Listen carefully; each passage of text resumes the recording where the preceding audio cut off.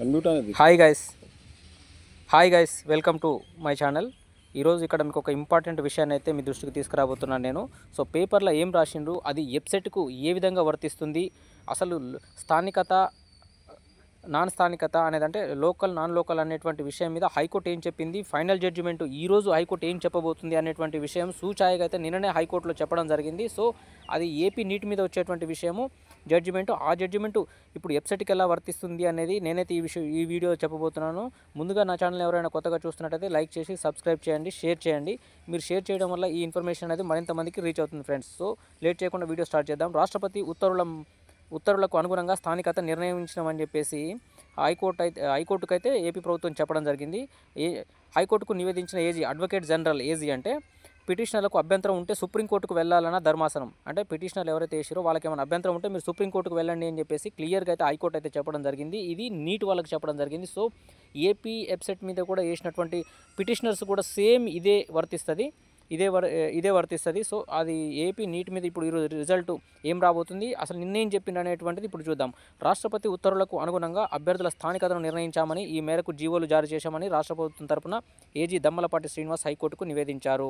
అంటే ఇంతకుముందుకే చెప్పాను కదా ఫ్రెండ్స్, 80, 81, 82 అండ్ 86 జీవోలను అయితే జారీ చేయడం జరిగింది. ఆ జీవోలలో క్లియర్గా వాళ్ళు చెప్పడం జరిగింది. ఇది కొన్ని అక్కడ ఒక పాయింట్ కూడా మెన్షన్ చేయడం జరిగింది, టెంపరవరీగానే అని చెప్పేసి ఆ విషయాన్ని కూడా అందులో మెన్షన్ చేయడం జరిగింది. సో స్థానికతకు అర్హత సాధించాలంటే అర్హత పరీక్షకు హాజరయ్యే నాటికి అభ్యర్థులు వరుసగా 4 ఏళ్లు రాష్ట్రంలో చదివి ఉండాలన్నారు. స్థానికత విషయంలో రాష్ట్ర ప్రభుత్వం ఏ నిర్ణయం తీసుకోవాలన్నా ఆ ఉత్తర్వులకు అంటే రాష్ట్రపతి ఉత్తర్వులకు అనుగుణంగా నడుచుకోవడం తప్ప వేరే మార్గం లేదని చెప్పేసి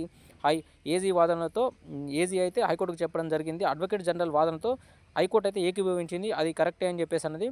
ఈ వ్యవహారంపై తగిన ఉత్తర్వులు ఇస్తామని, స్థానికతపై అభ్యంతరం ఉంటే సుప్రీంకోర్టును ఆశ్రయించాలని పిటిషనర్లకు సూచించింది హైకోర్టు ప్రధాన న్యాయమూర్తి justice Dheeraj Singh Thakur, justice R Raghunandan రావులతో కూడిన ధర్మాసనం బుధవారం ఈ మేరకు మౌఖికంగా స్పష్టం చేసింది. అంటే మాట్లాడుతూ ఈ విషయాన్ని అయితే చెప్పడం జరిగింది అన్నట్టు. రాష్ట్రపతి ఉత్తర్వుల ప్రకారంగా ప్రభుత్వం నడుచుకుంది. 4 సంవత్సరాలు ఇక్కడ చదివితేనే లోకల్ అవుతారనేటువంటి విషయంతో ఈ ప్రభుత్వం చెప్పినటువంటి విషయంతో మన ఏపీ హైకోర్టు చీఫ్ జస్టిస్ గారు అయితే ఏకీభవించడం జరిగింది. సో ఇంటర్మీడియట్ తెలంగాణలో చదివామనే కారణంతో వైద్య విద్య ప్రవేశాలలో తమను స్థానిక అభ్యర్థులుగా పరిగణించకపోవడాన్ని సవాల్ చేస్తూ గుంటూరుకు చెందినటువంటి విద్యార్థి, శ్రీకాకుళం జిల్లా చెందినటువంటి విద్యార్థి మరొక 52 మంది హైకోర్టులో పిటిషన్ అయితే వేశారు కదా, వాళ్ళకైతే ఇది అనుకూలంగా అయితే రాలేదు. సో మీకు ఏమైనా అభ్యంతరాలు ఉంటే మీరు సుప్రీంకోర్టుకు వెళ్ళాలని సూచించడం జరిగింది. సేమ్ ఇదే విషయము ఏపీ ఎంసెట్ పైన కేసు వేసినటువంటి విద్యార్థులకు కూడా ఇదే వర్తిస్తుంది. సో రిజల్ట్ అయితే ఎంత త్వరగా అయితే తొందరగా రిలీజ్ చేసేటువంటి అవకాశం ఉంది. పిటిషనర్లకు అయితే ఈ కేసు అయితే అడ్వర్స్గా అంటే వ్యతిరేకంగానే రాబోతుంది.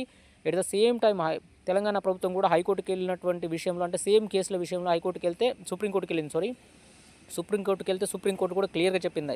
ఏం చెప్పింది అని అంటే అక్కడ జడ్జిమెంట్కి అక్కడ భిన్నంగా చెప్పింది అన్నట్టు. Supreme court chief justice of India అంటే భారత ప్రధాన న్యాయమూర్తి ఏమన్నారంటే 4 ఏళ్ళు మీరు రాష్ట్రంలో చదవకపోతే ఆ విద్యార్థులను నాన్ లోకల్గా ఎలా గుర్తిస్తారంటూ ఇది కరెక్ట్ కాదు అంటూ అక్కడైతే వ్యాఖ్యలు చేయడం జరిగింది. ఇక్కడ కూడా మౌఖికంగా ఎలా అయితే అంటే మాట్లాడుతూ ఎలా హైకోర్టు అయితే స్పష్టం చేసిందో నిన్న ఇదే విషయం ఇలానే మొన్న సుప్రీంకోర్టులో కూడా చీఫ్ జస్టిస్ ఆఫ్ ఇండియా అలా చెప్పడం జరిగింది. సో అక్కడ జడ్జిమెంట్ అయితే రిజర్వ్ అయింది.